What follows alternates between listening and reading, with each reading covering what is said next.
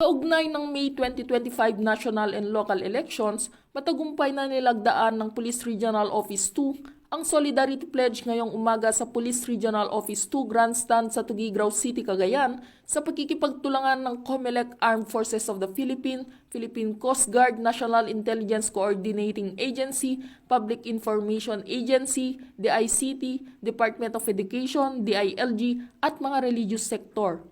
Ang paglagda sa Solidarity Pledge na kumakatawan sa pagtutulungan at suporta ng pribado at gobyernong sektor para sa malinis, ligtas, tapat, maayos at mapayapang proseso ng halalan ang naging highlight ng aktibidad.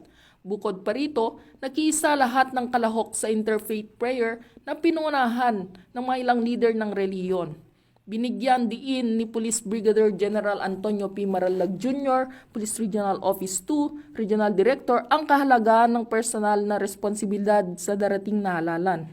Hinikayat ng publiko at mga tauhan ng Philippine National Police na iwasang mag-isali sa anumang hindi kanais-nais na uri ng politika. Binigyang diin niya ang katiyakan ng Philippine National Police, isa sa mga grupong pangseguridad na inatasan sa pagpapanatili ng national and local election na walang krimen ang nakatuon sa pagdaraos ng ligtas, patas at national election sa 2025. Bukod dito, ipinakita ng mga kinatawan mula sa Armed Forces of the Philippines, Philippine Coast Guard at Department of Education ang kanilang suporta na magkaroon ng halalan na nakaangkla sa kapayapaan, pagkakapantay-pantay at pagkakaisa. Ipinahayag din nila ang kanilang mataas na pag-asa na ang darating na halalan ay magiging malaya sa karahasan at tensyon.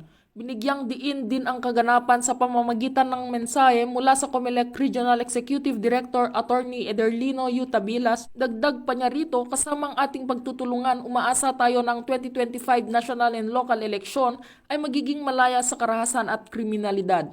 Magtutulungan tayo upang matiyak na walang maiiwan sa krusada na ito upang matiyak na ang lahat ay sumusunod sa mga batas at regulasyon ng COMELEC. Mula dito sa Lambak ng Cagayan, ako ang inyong PNN correspondent, Patrolwoman Ledesma, alagad ng batas, tagataguyod ng Balitang Pulis.